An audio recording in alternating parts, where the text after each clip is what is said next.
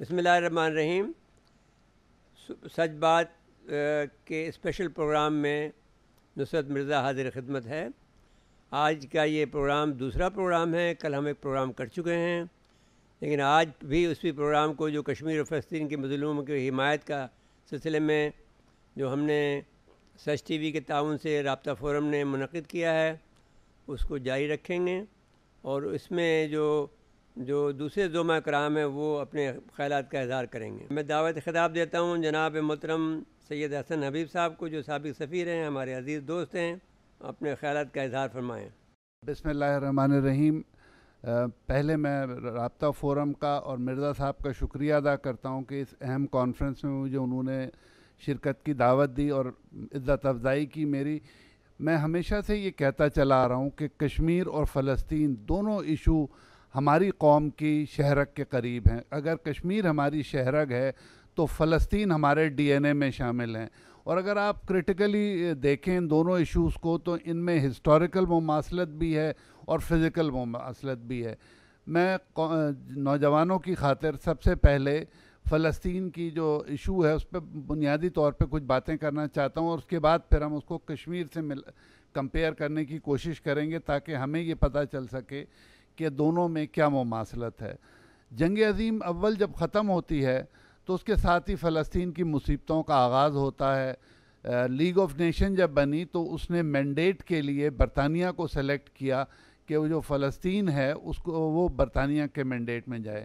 یہ بنیادی طور پہ برطانیہ کو مینڈیٹ دینا جو تھا وہ بدنیتی کا آغاز تھا، کیونکہ اس واقعے سے 5 سال پہلے برطانیہ نے یہودیوں سے مل کے یہ فیصلہ کیا تھا کہ وہ فلسطین میں ایک یہودی نیشنل اسٹیٹ بنائیں گے. تو وہ قوت جس نے پہلے ہی یہودیوں سے وعدہ کیا ہوا تھا اس علاقے کے بارے میں، اس کو یہ مینڈیٹ نہیں دینا چاہیے تھا. لیکن دنیا میں جس طرح سے ہو رہا تھا وہ ہوا، اور اس کے بعد یہودی دھیرے دھیرے فلسطین کی طرف جانے لگے. اور جب 1948 آتا ہے اور پہلی دفعہ جھگڑا ہوتا ہے تو پتہ چلتا ہے کہ فلسطین کی آبادی میں 33% جو ہیں وہ یہودی آ چکے ہوتے ہیں. سیکنڈ ورلڈ وار میں جو یہودی پولینڈ سے، روس سے، جہاں جہاں سے ان کو مصیبت ہوتی ہے وہ سب مائیگریٹ کر کے فلسطین آ جاتے ہیں. تو 48 میں جب پہلی لڑائی کے بعد یونائٹڈ نیشن نے صلح کرائی تو اس وقت فلسطین میں 6% زمین یہودیوں کے پاس تھی اور 33% آبادی تھی. لیکن یونائٹڈ نیشن نے 55% زمین حوالے کی یہودیوں کو، اور یہ کہا کہ فلسطینی جو ہیں بقیہ علاقوں پہ رہیں گے. یہاں سے کانفلکٹ دوبارہ جو چلا تو وہ اب تک اسی طرح سے ہے، بلکہ اسرائیل بڑھتا چلا جا رہا ہے. جو اسرائیلی آبادیاں وہاں ہیں وہ بھی اسی طرح سے ہیں. اگر آپ تاریخ کو پیچھے کی طرف سے دیکھیں تھوڑا سا تو انگریز نے جو پاکستان اور انڈیا کا پارٹیشن کیا تھا اس میں اس کی انہوں نے کاپی کیا 48 میں. 1 سال بعد ہی فلسطین میں انہوں نے اس کو کاپی کیا، اور ایک ماس مائیگریشن ہوتی ہے جس میں 7 لاکھ کے قریب فلسطینی جو ہیں وہ ملک چھوڑ کے جارڈن، سیریا، لبنان، ایجپٹ جاتے ہیں، اور یہودی ڈیفرنٹ ملکوں سے ہجرت کر کے آتے ہیں. اسرائیلی یہ کہتے ہیں کہ ہم جو ہیں وہ ہم بھی مظلوم ہیں، اس لیے کہ یہودیوں کو بھی مجبور کیا گیا تھا ہجرت پہ عرب ممالک کی طرف سے، اور اس بہانے سے انہوں نے جو فلسطینی جائیداد چھوڑ کے گئے تھے ان پہ قبضہ کر لیا، اور جو ان کے بینک اکاؤنٹ تھے وہ سارے غصب کر لیے. اس طرح سے اسرائیل نے پہلے دن سے اپنی وجود میں آنے سے لے کے ظلم کی ایک داستان لکھی ہے جس کا کوئی اینڈ نظر نہیں آتا. اس کی وجہ یہ ہے کہ 3 جنگیں جو ہو چکی ہیں 48، 67 اور 73، تینوں میں عرب آرمیز نے کوئی خاص کارنامہ انجام نہیں دیا، اور آخر میں جو بھی صلح ہوتی ہے اس میں اسرائیل تھوڑا سا زیادہ گینر ہوتا ہے. اچھا، تو جیسے کہ میں نے کہا کہ جو 47 کی ہجرت تھی اس کو انہوں نے انگریزوں نے تقریباً کاپی کرایا ہے 48 میں فلسطین میں. تو پہلی جو مماثلت ان دونوں ایشوز کی ہے وہ اس میں آتی ہے، اور فلسطینی ٹوٹل مظلوم ہے. وہ 1917 سے مسلسل کمپلین کرتے چلے آ رہے تھے کہ ان کے ساتھ ظلم ہو رہا ہے، اور وہ ظلم بڑھتا چلا گیا. فلسطینیوں نے جہاں کہیں بھی ریزسٹنس کی وہ کوئی بہت بڑی نہیں تھی، لیکن اس کو بہانہ بنا کے وہ ظلم کا لیول بڑھا دیا گیا، ان کی زمینوں پہ قبضہ ہوتا رہا، دیواریں بنائی گئیں، اور جو ہے ظلم کی اب حد ہے. کوئی چھوٹا سا اگر 3 اسرائیلی بھی مرتے ہیں فلسطینی راکٹ سے، تو 22 دن مسلسل جنگ ہوتی چلی جا رہی ہے اور بمباری ہو رہی ہے، UN کے جو فیسلٹیز ہیں ان پہ بوم کیا جاتا ہے. تو اگر آپ غور سے دیکھیں تو تقریباً یہی کشمیر میں انڈیا کر رہا ہے. یورپ اور دنیا جو ہے وہ اس وقت اتنی زیادہ سیلفشنس کی طرف ہے کہ کیونکہ ایک انڈیا بڑی مارکیٹ ہے اور انڈیا کی پولیٹیکل حیثیت ہے کہ مسلسل امریکہ یہ چاہتا ہے کہ انڈیا جو ہے وہ چائنا کے خلاف کھڑا ہو. تو اس امید میں کہ کل کو چائنا کے خلاف انڈیا لڑے گا، یورپ بھی سارے مظالم کی طرف سے آنکھ بند کیے. کبھی کبھار کوئی چھوٹی سی آرگنائزیشن یا کوئی ایک بیان آ جاتا ہے جس کی کوئی حیثیت نہیں ہے. دیکھیے اگر بیان بازی کے بجائے وہ صرف اسرائیل سے تجارت پہ تھوڑی سی پابندی بڑھا دیں، بند نہ کریں، تھوڑی سی بڑھا دیں، تو اسرائیل کو ایک لیسن ملے گا. اسی طرح سے انڈیا کا ہے کہ انڈیا کے خلاف بھی اب یہ لاک ڈاؤن جو اتنا طویل چل رہا ہے، یورپین ممالک نے پارلیمنٹ میں ایک آدھ بیانات ایشو کیے اور اس کے بعد وہ خاموش ہو گئے. ہونا یہ چاہیے تھا کہ اس بیان کے بعد کہتے کہ اگر آپ نے یہ لاک ڈاؤن ختم نہیں کیا ایک مدت میں تو ہم آپ کو کی فلاں پروڈکٹ بند کر دیں گے. کوئی انڈیا کی ٹریڈ پہ، کوئی انڈیا کے وزٹس پہ، کوئی پولیٹیکل جو موومنٹ ہے اس پہ پابندی لگاتے. جیسے ریسنٹلی جب مسلمانوں کے خلاف بہت بیانات انڈین ہندوؤں نے چھاپے اپنی ویب سائٹس پہ، تو کچھ بیانات پہ عربیوں نے ریاکشن کیا ہے. جیسے ہی ریاکشن کیا ہے ویسے ہی دیکھیے اس کے معذرتی بیانات آنے لگے اور وہ ایکٹیویٹیز ایک دم بند ہو گئی ہیں. تو کتنی عجیب سی بات ہے کہ دنیا کو پتہ ہے کہ کشمیر میں ظلم ہو رہا ہے، دنیا کو پتہ ہے کہ فلسطین پہ ظلم ہو رہا ہے، لیکن وہ ان چیزوں پہ کوئی عمل نہیں کرتے، کوئی ایسا ایکشن نہیں لے رہے. تو پاکستانی قوم کی فطرت میں 2 مسائل ہیں جو ہمارے یونٹی کا بھی باعث ہیں اور جو ہمارے جسے کہتے ہیں خون میں شامل ہو چکے ہیں، ایک فلسطین اور ایک کشمیر. ایک عجیب بات ہے کہ ہم فلسطین کی اس وقت بھی حمایت کر رہے تھے کہ جب ہم ایک برٹش کالونی تھے، تو ہم نے 2 ایشوز پر ہمیشہ پرنسپل اسٹینڈ لیا as a Muslim from Indian sub continent. ایک ٹرکی، اور ٹرکس ہمارا بڑا اس معاملے میں ریگارڈ کرتے ہیں، اور دوسرے فلسطینی، کہ جب کوئی بھی فلسطینیوں کے ساتھ کھڑا نہیں ہو رہا تھا تو اس وقت بھی ہم نے فلسطین کا پوری طرح سے ساتھ دیا تھا. ہم فلسطین کو ٹریننگز میں ہیلپ کرتے ہیں، ہم ان کو فوڈ میں ہیلپ کرتے ہیں. ہمارے لوگ 2 جنگوں میں ان کے ساتھ لڑے ہیں، 67 میں بھی اور 73 میں بھی. اور ہم نے فلسطین کی گورنمنٹ کو ریکگنائز کرنے، سپورٹ کرنے میں، ان کی ایمبیسی اسلام آباد میں بنانے میں ہم بہت ایکٹیو رہے ہیں. اور ہم ہر فورم پہ فلسطین کے ایشو کو عربیوں سے زیادہ اسٹرانگ ٹیک اپ کرتے ہیں. اچھی بات یہ ہے کہ تینوں بڑے اسلامی ملک ترکی، ایران اور پاکستان فرنٹ پہ آ کے فلسطین کی حمایت کرتے ہیں، اور شاید عرب ممالک سے زیادہ ہم اسٹرانگلی ہیلپ کر رہے ہیں. لیکن دنیا کو ابھی تک شاید ہم جھجوڑ نہیں سکیں. شاید ہماری ڈپلومیٹک اور فزیکل ایکٹیویٹی جو ہے وہ اتنی اسٹرانگ نہیں ہے. ہمارے جو لوگ ہیں وہ موٹیویٹ نہیں کر پا رہے ہیں ڈائسپورا کو کہ وہ یوم فلسطین پہ جو آخری جمعہ ہوتا ہے رمضان کا، اس پہ جلوس نکالیں. کم از کم یورپ میں جلوس نہیں نکالتے تو خطوط لکھیں لیڈرز کو، اور اس ایشو کو یورپ میں اور بڑے بڑے ممالک میں اٹھائیں تاکہ وہاں کی عوام کو تو پتہ چلے. ابھی ہو کیا رہا ہے کہ لیڈرشپ ڈیولپڈ ملک کی بہت کمفرٹیبل ہے، ان کے ٹریڈ کے مسائل، ان کے پولیٹیکل ایشوز جو ہیں وہ بہت ہائی ہیں اور ان کو کوئی مسئلہ نہیں ہے. لیکن اگر ہم وہاں رائے عامہ پہ پریشر ڈالیں اور جو وہاں ہیومن رائٹس کی ایسوسیشن ہے ان کو جگائیں، تو یہ ممکن ہے کہ عوام کی رائے تبدیل ہو. جیسے عراق کی جنگ کے سلسلے میں یورپ میں ایک تبدیلی آئی تھی کہ بڑے بڑے جلوس نکل رہے تھے اور لیڈرز کے پاس اب پوزیشن چینج کرنے کے علاوہ کوئی نہیں تھا. لیکن ایسا کشمیر پہ اور فلسطین پہ ہمیں نظر نہیں آ رہا ہے. اگر مسلمان ملکوں میں ہمت ہوتی اور اس وقت وہ سپورٹ کرتے. 48 کی جنگ جو تھی پہلی اور سب سے امپورٹنٹ، اس میں ہوا یہ تھا کہ یہودی ساری دنیا سے آئے تھے، انہوں نے سیکنڈ ورلڈ وار میں ریزسٹنس میں حصہ لیا تھا، ان کو ساری دنیا کے یہودی سپورٹ کر رہے تھے مال سے جان سے، لیکن جو نہیں تھے وہ مسلمان تھے. بہت تھوڑے سے مسلمانوں نے والنٹیئر کیا 48 میں فلسطینیوں کی طرف سے لڑنے کو، اور فلسطینیوں کا کوئی لڑائی کا ایکسپیرینس بھی نہیں تھا، ہتھیار بھی نہیں تھے ان کے پاس، تو وہ لوز کر گئے. لیکن اب زمانہ آ گیا ہے کہ ہم ہتھیار کے علاوہ جنگ میں جائیں. ہم دنیا جہان میں اس مسئلے کو ہمیں اٹھانے کی ضرورت ہے، اور ہمیں ضرورت اس بات کی ہے کہ ہم دنیا میں کوشش کریں کہ اسرائیل کی ٹریڈ کو ہٹ کریں. ہم جو علاقے غصب کیے ہوئے ہیں وہاں سے جو پروڈکٹ ایکسپورٹ ہوتی ہے کم از کم اس کو ہم بین کرا سکتے ہیں. انٹرنیشنل لاء میں اس کی پوری گنجائش ہے، لیکن پتہ نہیں کیا بات ہے کہ ہمارے لیڈرز، ہمارے وکیل، ہمارے لوگ ایکٹیوسٹ اس بات پر انہوں نے کبھی کوئی مہم نہیں چلائی.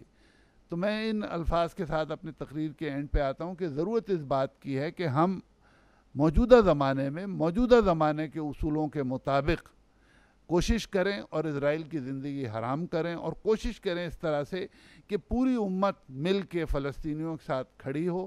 اور فلسطینی جو ویسے تو پڑھے لکھے بہت زیادہ ہیں اور کام کے بھی بہت لوگ ہیں، بہت کریٹیو لوگ ہیں، ان کو اس بات پہ قائل کریں کہ وہ کسی طرح سے اسرائیل کے خلاف ایک تو متحد ہو جائیں. اس وقت ان کے خود پولیٹیکل ڈفرینسز بہت ہیں، اور اسلامی ملکوں کا ایک بلاک، نہ عرب لیگ کچھ کر پا رہی ہے نہ OIC کچھ کر پا رہی ہے سوائے بیانات کے.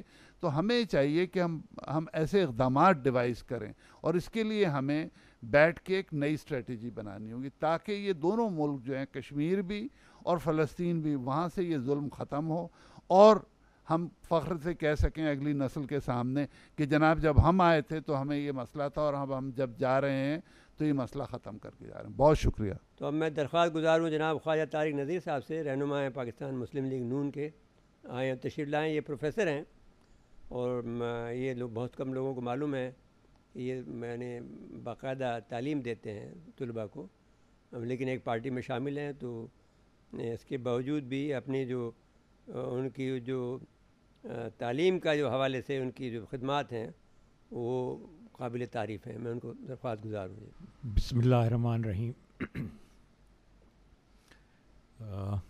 میں جناب نصرت مرزا صاحب، چیئرمین رابطہ فورم انٹرنیشنل، اور محترم جناب علامہ افتخار حسین نقوی صاحب کا مشکور ہوں، جو کہ چیئرمین ہیں سچ ٹی وی کے، کہ انہوں نے اس اہم موضوع پر مجھ جیسے ناچیز بندے کو دعوت دی کہ میں بھی اپنی پارٹی اور اپنے خیالات کا اظہار کر سکوں. بھارت نے آئینی طور پر کشمیر کو ایک آزاد اور خود مختار ریاست کے طور پر ہندوستان کا حصہ تسلیم کیا.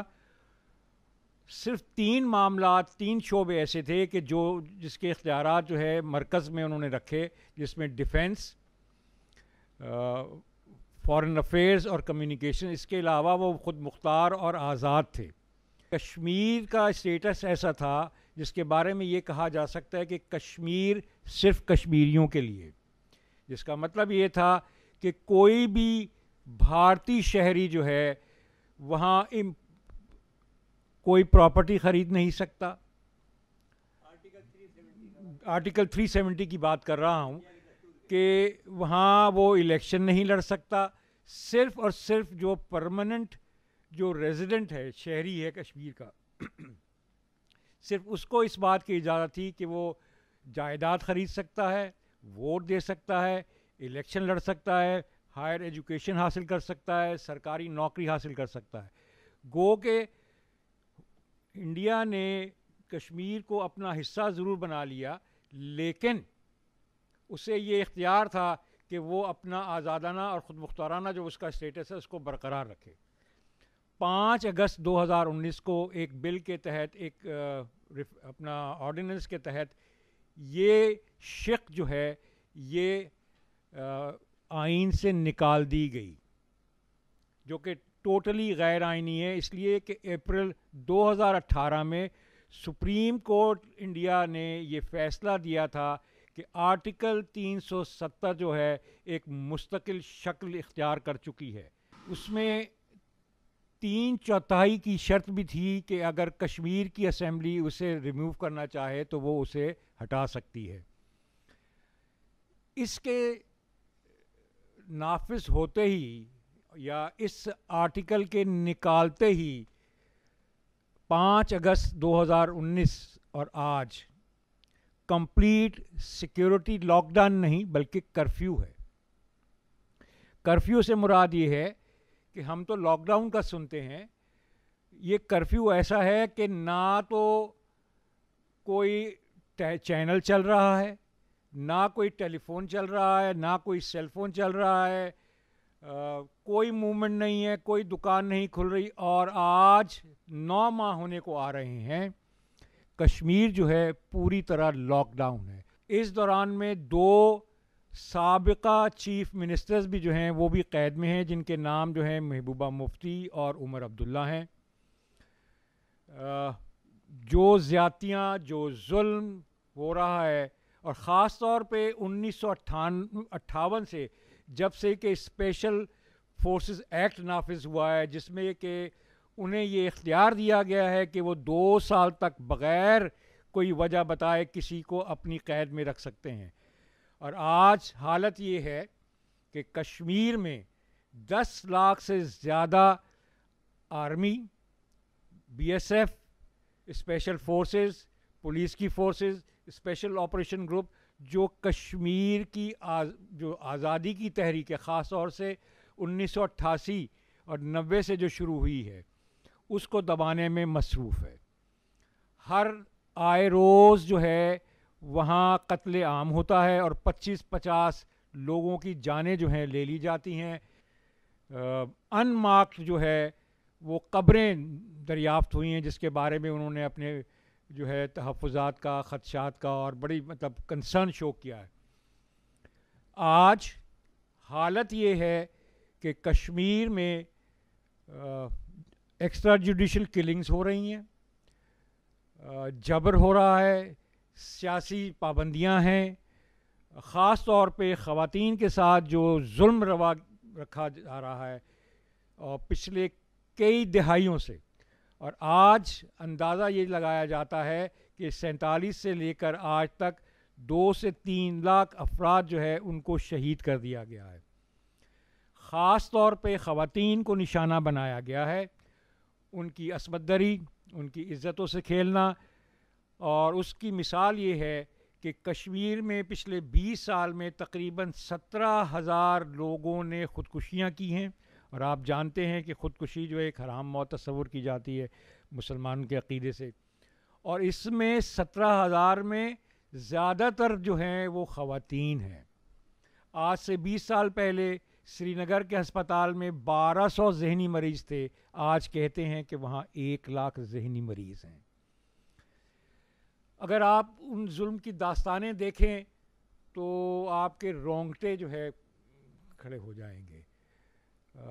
کس طرح وہ اسے برداشت کر رہے ہیں, آپ جتنا اس کے بارے میں جانیں گے, میں سمجھتا ہوں کہ جو باتیں ہمارے بڑوں نے ابھی کی ہیں, خوش قسمتی یہ ہے کہ کشمیر اور فلسطین کے ایشو پر ہمارا آپس میں کوئی اختلاف نہیں ہے.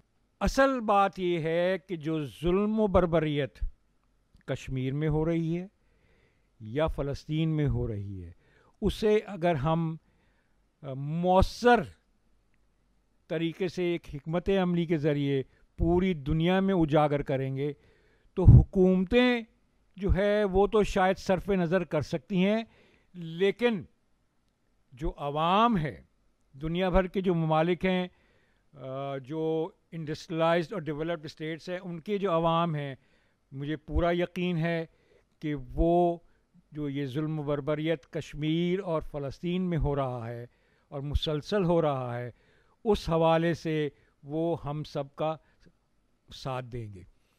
اب کشمیر کے بعد میں تھوڑا سا فلسطین کے حوالے سے بات کروں. یہ مسئلہ بھی 1947 سے شروع ہوا. برطانیہ نے اپنے فائدے کے لیے پہلی جنگ عظیم میں سلطنت عثمانیہ کو, جو کہ اس وقت اتحادی تھا جرمنی کا, اس کو ہرانے کے لیے کچھ معاہدے کیے, اور جب وہ جنگ جیت گئے تو دوسری جنگ کے بعد 47 میں انہوں نے یو این او کے ذریعے کشمیر اور فلسطین جو ہے اس کا قیام عمل میں لائے. وہ زمین جو کہ فلسطینیوں کی یا عربوں کی تھی, اس میں انہوں نے اسرائیل کو بھی شامل کر دیا. اس وقت جو ہے آبادی کا تناسب یہ تھا کہ 87% مسلمان تھے, 10% عیسائی تھے اور صرف 3% یہودی تھے. 19ویں صدی میں تحریک چلی قومیت نیشنلزم کی, تو وہاں سے جب یہودیوں کے خلاف ایکشن ہوا تو یہودیوں نے اس زمانے میں اپنے آپ کو محفوظ بنانے کے لیے فلسطین کا رخ کیا, اور برطانیہ کا ساتھ دے کر انہوں نے اپنے لیے یہ ملک بنایا. اور 48 میں آپ ہم سب جانتے ہیں کہ 9 ماہ کی جنگ کے بعد انہوں نے اردن, چاہے وہ مصر ہو چاہے وہ شام ہو, اس کا علاقہ ہتھیلا لیا اور فلسطینیوں کو بے گھر کر دیا. صرف اس وقت تقریباً 70 لاکھ فلسطینی جو ہے ان کو ہجرت پہ مجبور کیا گیا. آج بھی 60 سے زیادہ رجسٹرڈ ریکگنائزڈ ریفیوجی کیمپس ہیں جو یونائٹڈ نیشنز کے تحت چل رہے ہیں. اور صابرہ اور شتیلہ کا جو قتل عام ہوا تھا وہ کون بھول سکتا ہے.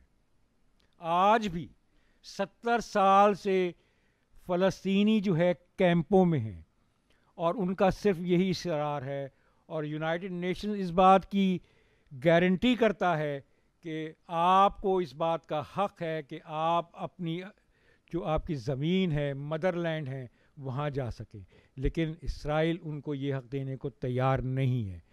آج بہت سارے آپشنز جو ہیں ٹیبل پر ہیں, جس میں 1 نیشن کا بھی آپشن ہے, 2 نیشن کا بھی ہے. لیکن سوال یہ ہے کہ جب تک آپ یہ ظلم و بربریت, یہ ذاتیاں, چاہے وہ کشمیر میں ہوں چاہے وہ فلسطین میں ہوں, آپ ختم نہیں کریں گے, یہ ممکن نہیں ہے کہ آپ کسی صورت جو ہے امن حاصل کر لیں. ناظرین کرام, ہم اس کے بعد میں لیتے ہیں بریک, اور بریک کے بعد حاضر خدمت ہوتے ہیں.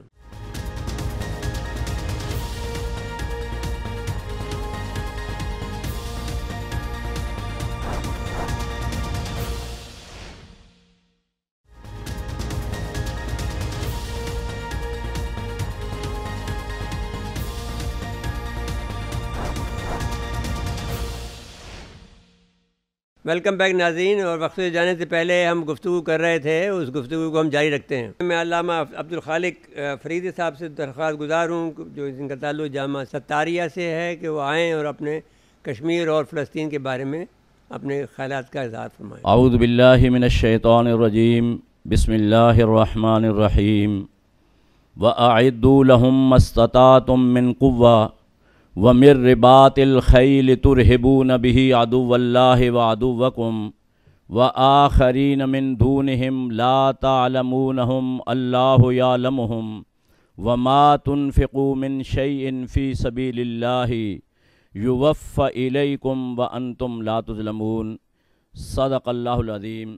القدس اور مسئلہ کشمیر کے عنوان پر اس پروگرام کا انعقاد کیا گیا, اور میں یہ سمجھتا ہوں کہ جس طرح کشمیر ہمارے لیے انتہائی اہم مسئلہ ہے مسلمانوں کے لیے, اور خصوصاً اہل پاکستان کے لیے, اور تحریک پاکستان کے سب سے بڑے رہبر قائد اعظم محمد علی جناح نے کشمیر کو پاکستان کی شارک کہا تھا, اسی طرح القدس کا مسئلہ نہ صرف فلسطینیوں کے لیے بلکہ عالم عرب کے لیے اور عالم اسلام کے لیے اس وقت دنیا کا سب سے بڑا سلگتا ہوا اور ہاٹ ایشو ہے کہ فلسطین جو کہ مسلمانوں کی ایک مقدس سرزمین ہے اور جسے اللہ نے قرآن میں ارض مقدس قرار دیا, اور جہاں پر سارے نبیوں نے قبلہ اول میں سرکار دو عالم صلی اللہ علیہ وسلم کی امامت میں نماز ادا کی, اور اللہ تعالیٰ نے متعدد مقامات پر اس کو ارض مقدس قرار دیا, اور عمر بن خطاب رضی اللہ تعالیٰ عنہ خلیفہ ثانی نے اس کو یہودیوں کے چنگل سے آزاد کروایا تھا، پھر سلطان صلاح الدین ایوبی نے آزاد کروایا تھا، وہ پچھلے 70 سے زیادہ برسوں میں صہیونیوں کے یہودیوں کے قبضے میں ہے، اور اس کے ارد گرد آباد جو مسلم کمیونٹی ہے ان پر ظلم کے، مظالم کے، ستم کے پہاڑ ڈھائے جا رہے ہیں، اور ان کو اس سرزمین سے جبراً بے دخل کیا جا رہا ہے، نکالا جا رہا ہے۔ میں یہ سمجھتا ہوں کہ جمعۃ الوداع 1979 سے یہ یوم القدس کے نام سے منایا جا رہا ہے، اور پوری دنیا میں مسلم کمیونٹی اور ان کے ساتھ دیگر مذاہب کے لوگ اظہار یکجہتی کے طور پہ شامل ہوتے ہیں تاکہ القدس کے مسئلے کو اجاگر کیا جائے۔ اور میں یہ سمجھتا ہوں کہ اسرائیل اور اسرائیل کا سرپرست امریکہ اور صہیونی لابی جو کہ مسلم دشمنی پر ادھار کھائے بیٹھی ہوئی ہے، مسلم دشمنی پر تلی ہوئی ہے، اور کوئی دن ایسا نہیں کہ فلسطینیوں پر ظلم نہ ہو، ان پہ جبر نہ ہو، وہ صہیونی جبر و استبداد کا شکار نہ ہو۔ لیکن میں سلام پیش کرتا ہوں ان عظیم فلسطینی ماؤں کو بھی، ان بہنوں کو بھی، ان بیٹیوں کو بھی، ان کے جوان بچوں کو بھی، ان کے بھائیوں کو بھی، ان کے والدین کو بھی، ان کے بزرگوں کو بھی، کہ وہ اسرائیل کے جنم دن سے لے کر آج تک انہوں نے کوئی کمپرومائز نہیں کیا، کوئی سمجھوتا نہیں کیا، اور ہار اور شکست تسلیم نہیں کی۔ وہ لڑتے چلے جا رہے ہیں اور جدوجہد کرتے چلے جا رہے ہیں، اور انشاءاللہ مجھے اس بات کی امید ہے کہ وہ وقت قریب آ پہنچا ہے کہ جب اسرائیل کے پنجہ استبداد سے فلسطین آزاد ہوگا، قبلہ اول آزاد ہوگا، اور انشاءاللہ ہم اپنے فلسطینی بھائیوں کے شانہ بشانہ قبلہ اول میں جا کر نماز ادا کریں گے، اور فلسطینی سکھ کا سانس لیں گے، آرام کا سانس لیں گے۔ اسی طرح یہ ذکر کرنا بھی ضروری ہے کہ مودی نے کشمیر کے اندر جو مظالم ڈھائے ہیں اور جو ڈھائے جا رہے ہیں، اور انتہا پسند ہندو تنظیموں کو تیار کر کے پورے ہندوستان کے مسلمانوں پہ جو مظالم کیے جا رہے ہیں، جو جبر کیا جا رہا ہے، جو پنجہ استبداد میں ان کو کسا جا رہا ہے، انشاءاللہ کشمیر بھی آزاد ہوگا، اس لیے کہ کشمیری مائیں بھی میدان میں ہیں، کشمیری بہنیں بھی میدان میں ہیں، کشمیر کی بیٹیاں بھی میدان میں ہیں، کشمیر کے جوان بھی میدان میں ہیں، اور کشمیر کے بزرگ بھی میدان میں ہیں، کشمیر کے بیٹے بھی میدان میں ہیں۔ اور ہم حکومت پاکستان سے اس بات کا مطالبہ کرنا چاہیں گے کہ جس طرح مسئلہ کشمیر کو اجاگر کرنا چاہیے اس کا وہ حق ادا کریں۔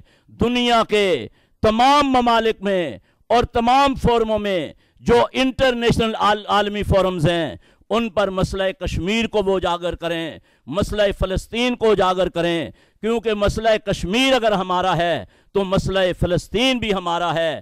وما علینا الا البلاغ المبین۔ میں ملتمس ہوں مولانا سید باقر عباس زیدی صاحب سے، جو رہنما ہیں مجلس وحدت المسلمین کے، وہ تشریف لائیں اور اپنے خیالات کا اظہار کریں کشمیر اور فلسطین کے بارے میں۔ اعوذ باللہ من الشیطان الرجیم، بسم اللہ الرحمن الرحیم، الحمد للہ رب العالمین، بارئ الخلائق اجمعین، والصلاة والسلام علی اشرف الانبیاء والمرسلین، سیدنا و مولانا بالقاسم محمد وعلی اہل بیتہ الطیبین الطاہرین، لا سیما بقیۃ اللہ فی الارضین واللعن علی اعدائہم اجمعین۔ اما بعد فقد قال اللہ سبحانہ فی محکم کتابہ الکریم، اعوذ باللہ من الشیطان الرجیم، بسم اللہ الرحمن الرحیم، وقضینا الی بنی اسرائیل فی الکتاب لتفسدن فی الارض مرتین ولتعلن علوا کبیرا۔ قرآن کریم سورہ بنی اسرائیل میں ارشاد فرماتا ہے کہ ہم نے یہ فیصلہ کر دیا ہے بنی اسرائیل کے لیے کہ تم زمین پر 2 مرتبہ جو ہے وہ فساد پھیلاؤ گے، وَلَتَعْلُنَّ عُلُوًّا كَبِيرًا، اور بہت اظہار تکبر کرو گے. ان یہودیوں کی تاریخ کا تو ہمیں یہ نظر آتا ہے کہ اسلام سے پہلے اور اسلام آنے کے بعد انہیں بہت پسپائی حاصل ہوئی ہے. یہ تاریخ میں بخت نصر کے ذریعے ان کا جو ملک تھا وہ اجڑا، جب یہ بہت قدرت مند تھے. یہودی جو ہیں وہ بہت تاریخ میں مالدار اور مال جمع کرنے والے اور مال کے ذریعے ہر چیز کو خریدنے والے یہ معروف ہیں. آج بھی اگر آپ چلے جائیں دنیا میں دیکھیں، جتنی بھی قیمتی اشیاء کی مارکیٹیں ہیں دنیا میں وہ ان کے ہاتھ میں ہیں. اور انہوں نے سازش کی 1948 میں، سازش کے ذریعے ایک ملک حاصل کیا. کہاں پر ملک حاصل کیا؟ نازیوں کے پروپیگنڈے کے ذریعے کہ نازیوں نے یہودیوں کو اس طرح سے وحشی طریقے سے قتل کیا ہے، ہولوکاسٹ بنایا. اور اس کے بعد جو ہے وہ پروپیگنڈے کے بعد کہا کہ ان کا کوئی ملک نہیں ہے، ان کو ملک دیا جائے. امریکہ اور برطانیہ، اس وقت برطانیہ جو ہے وہ فلسطین میں حاکم تھا، اس نے ساز باز کر جو ہے وہ ان کو وہاں آباد کرنے کی سازش کی. اگرچہ یہ سازش جو ہے وہ برطانیہ کے حکمران جو ہے وہ اس 19ویں صدی کے شروع سے انہوں نے یہ کام شروع کیا تھا کہ کسی طرح سے جو ہے وہ ان کو ایک الگ ملک ملے. نازیوں نے جو کہ جرمن تھے، اگر انہوں نے فرض کرتے ہیں کہ یہ واقعات صحیح ہوں کہ ان کو گیس چیمبرز میں مارا، تو جرمنی کو چاہیے تھا کہ اپنا ایک صوبہ جو ہے اسرائیل کے نام پہ دے دیتا، وہاں پہ اسرائیل بن جاتا. اس میں کیا حرج تھا؟ لیکن ایک ہدف میں یہ سب شریک ہیں، پورا یورپ، امریکہ کہ جناب، اور اس وقت کا رشیا بھی شاید شریک ہو، کہ مسلمانوں کو آنے والے دور میں کنٹرول کرنے کے لیے ایک یہودی حکومت بھی ہو جائے. ان کے اپنے بوسیدہ اور جعلی عقائد اور افکار کے تحت اس علاقے میں جو وہ سمجھتے تھے کہ فلسطین سے لے کر جو ہے وہ صحرائے سینا تک اور مکہ و مدینہ اور فرات تک ان کا گریٹر اسرائیل بنے گا، اس کے لیے وہ کوشش بھی کر سکیں، پورے عالم اسلام کے وسائل پر بھی قبضہ کر لیں اور اس پورے علاقے کی ثروت پر بھی، اور اس طرح سے جو ہے ایک ملک بھی وجود میں آ جائے یہودیوں کا. وہ اپنے صہیونی نظریات کو بھی پھیلا سکیں، پوری دنیا پہ کنٹرول بھی کر سکیں، ثروت پہ بھی کنٹرول کر سکیں، جو بہترین مقامات ہیں عبادت کے ان پہ بھی کنٹرول کر سکیں. مکہ و مدینہ اس وقت اگر ہم دیکھیں اس اعتبار سے تو نجف اور کربلا اور جتنے اہم مقامات ہیں ان پر جو ہے ان کو دسترس حاصل ہو، اور یہ ان مقامات کو اپنے مقاصد کے لیے جو ہے وہ استعمال کریں، اور ایک حد تک وہ اس میں کامیاب ہوئے. لیکن امام خمینی کے انقلاب کے بعد جو 79 میں آیا، اور اس کے بعد انہوں نے انہی فلسطینیوں سے کہا کہ تمہیں اگر اپنا ملک واپس چاہیے تو یہ مذاکرات اور ان کے ذریعے نہیں ملے گا، آپ کو استقامت کرنی پڑے گی، کھڑا ہونا پڑے گا، چاہے پتھر لے کے کھڑا ہوں، چاہے غلیل کے ذریعے جو ہے وہ دفاع کریں. آہستہ آہستہ انہوں نے جو ہے یہ فکر دی. 1948 سے لے کر 79 تک فلسطینی جو ہے وہ مارے جاتے رہے، انہیں اپنے علاقوں سے نکال دیا، اور اس میں سب مغرب اور امریکہ شریک رہا ایک ناجائز حکومت بنانے کے لیے. پوری دنیا سے جو ہے یہودیوں کو جمع کر کے لایا گیا تاکہ وہ یہاں پر آئیں اور ایک یہودی حکومت بن سکے، اور اس کے مقاصد آپ کے سامنے ہیں. بہرحال امام خمینی رضوان اللہ تعالیٰ علیہ نے اس جو مسئلہ تھا اس کو اجاگر کیا اور فرمایا کہ قدس قبلہ اول مسلمانوں کا مسئلہ ہے، اور اس کو آپ نے جو ہے وہ اہمیت دی. فلسطینی جو رہنما تھے ان کو بلایا، حتیٰ یاسر عرفات کو اسرائیل کی جو سفارت تھی تہران میں وہ دی بلا کر کہ تم یہاں سے فلسطین کے لیے جد و جہد کرو. لیکن جانتے ہیں لوگ کہ کون فلسطین کے کاز سے مخلص ہے، کون مخلص نہیں ہے، اور مذاکرات میں کون بک جاتا ہے، کون جو ہے وہ ظاہری طور پر فلسطینی نظر آتا ہے، اندر سے جو ہے وہ مغرب اور امریکہ کے لیے کام کر رہا ہوتا ہے. لیکن امام خمینی نے جو فکر پیش کی وہ آہستہ آہستہ آگے بڑھی، انتفاضے ہوئے، اور آج جو صورتحال ہے وہ بہت مختلف ہے.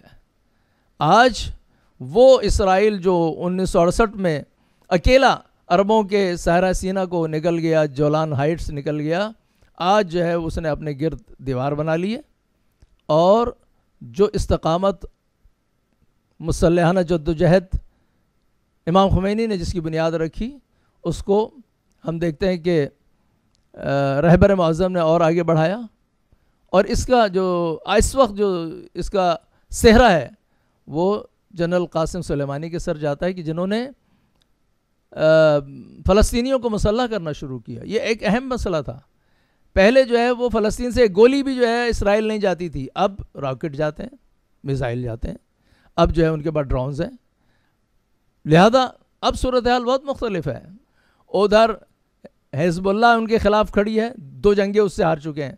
تو وہ جو ایک شیر اور ایک حقیقی شیر دکھایا جاتا تھا، وہ پوشالی شیر نکلا اسرائیل. وہ ان سے بھی جنگیں نہیں جیت سکتا. اب جو صورتحال ہے وہ یہ ہے کہ جس شام کو انہوں نے جو ہے وہ ان کے بچوں کو، عورتوں کو پورے دنیا میں پھیلا دیا، قتل ہوئے، شامی مارے گئے، لیکن نتیجہ یہ ہوا کہ وہ اب سب کے سب فوجی ہیں، وہ سب کے سب جنگ لڑنا جانتے ہیں، اس لیے کہ انہوں نے جنگ لڑ کے اپنا ملک بچایا ہے. وہ شام جس میں بہت ہی قلیل فوج تھی، اب سب کے سب فوجی ہیں، اسرائیل کے مقابلے پہ کھڑے ہیں.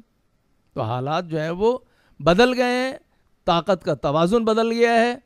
اب وہ صورتحال نہیں رہی اسرائیل کے پاس کہ وہ جو ہے حملہ کر سکے اور اس کو کوئی جواب نہ دے. اب اگر وہ حملہ کرتا ہے تو جواب بھی پاتا ہے. اور آپ دیکھیں کہ اس طرف سے خون شہید جو کھڑے ہیں میدان میں خون دے رہے ہیں، ان کو اپنے خون پر یقین ہے کہ یہ خون رائے گا نہیں جائے گا، یہ خدا کی راہ میں بہنے والا خون ہے، یہ شہداء. لہذا آپ دیکھیں کہ جنرل سلیمانی کو ہنیہ نے جو ہے کیا کہا، جو حماس کے رہبر ہیں اور اس وقت وہاں کے حکمران بھی ہیں، انہوں نے کہا کہ قاسم سلیمانی شہید قدس ہیں. کیوں شہید قدس ہیں؟ اس لیے کہ انہوں نے غزہ کو اور دیگر علاقوں کو جو ہے وہ مسلح کیا ہے اسرائیل کے مقابلے پر. اس کے بغیر کوئی چارہ نہیں ہے. قرآن کریم فرماتا ہے وَأَعِدُّوا لَهُمْ مَا اسْتَطَعْتُم مِّن قُوَّةٍ، اور قوت آمادہ کرو تاکہ دشمن کا مقابلہ کیا جا سکے. قوت کے بغیر نہیں ہو سکتا. تو یہ جو ٹرینگل ہے، اسرائیل ادھر سے، ہندوستان ادھر سے، امریکہ اور ان کے ساتھ ہواری، یہ ایک شیطانی ٹرینگل ہے اور اسے شکست کھانی ہے. قرآن کریم فرماتا ہے کہ بالآخر ہم وہ وقت آئے گا کہ ہم اپنے قوی لوگ تم پر بھیجیں گے اور وہ تمہیں ہر اس شے کے پیچھے جہاں تم چھپے ہوگے نکال کے تمہیں جو ہے وہ انجام تک پہنچائیں گے. اور وہ وقت قریب ہے. خداوند عالم سے دعا کرتے ہیں کہ وہ وقت قریب آ جائے کہ ہم سب مل کر جو ہے وہ بیت المقدس میں نماز پڑھیں. ایک بات رہ گئی، وہ یہ کہ ٹرمپ نے جو سینچری کی ڈیل بیان کی ہے، انشاءاللہ اس کا جنازہ بھی وہ خود جلد ہی دیکھ لے گا. وآخر دعوانا ان الحمدللہ رب العالمین. نحمدہ ونصلی علی رسولہ الکریم. اما بعد فاعوذ باللہ من الشیطان الرجیم. بسم اللہ الرحمن الرحیم. آج رابطہ فورم انٹرنیشنل کی جانب سے کشمیری اور فلسطینی عوام کی حمایت کے عنوان سے اس تقریب کا انعقاد کیا گیا ہے، جس پر مرزا صاحب کا مشکور ہوں کہ جنہوں نے جمعیت علماء پاکستان کی نمائندگی اور اس حوالے سے کچھ معروضات پیش کرنے کے لیے موقع عنایت فرمایا. کشمیر اور فلسطین اور دیگر بلاد اسلامیہ جہاں پر اسلام دشمن قوتوں کی جانب سے اہل ایمان، اہل اسلام پر ایک الغار کا سا ماحول ہے، بظاہر عالم اسلام میں جتنی بے چینی اور اضطراب یہ لوگ پھیلا سکتے ہیں، انہوں نے تمام اپنی کوششیں اس حوالے سے جاری و ساری کر رکھی ہیں. کشمیر اگر پاکستان کی شہرگ ہے تو فلسطین میں بیت المقدس جو ہے وہ اہل اسلام کا دل ہے، اور مجموعی طور پر کشمیر بھی امت مسلمہ کا ہی مسئلہ ہے، چونکہ کشمیر کا تعلق قلعہ اسلام پاکستان سے ہے۔ اور فلسطین میں جس طرح سے یہود و نصارہ نے ایک منظم سازش کے تحت وہاں پر ایک ناجائز قبضے کے تحت اپنا ایک ظلم پر مبنی ایک ریاست جو مکمل طور پر اسلام کے خلاف عزائم رکھتے ہوئے ہیں وہاں قائم کی گئی، اور وہاں کے جو اصل مکین تھے، اصل وہاں کے باسی تھے، فلسطین کے رہنے والے تھے، ان کو وہاں پر انہوں نے جو ہے وہ مہاجرین کی سی حیثیت ان کی کر دی ہے، پناہ گزین کی سی حیثیت کر دی ہے، ظلم و افتاد کے پہاڑ ان پر توڑ رکھے ہیں، اور تمام سازشوں کا مرکز اور محور جو اسلام کے خلاف استعمال ہوتا ہے امریکہ، اس کو تائید و حمایت مکمل حاصل ہے۔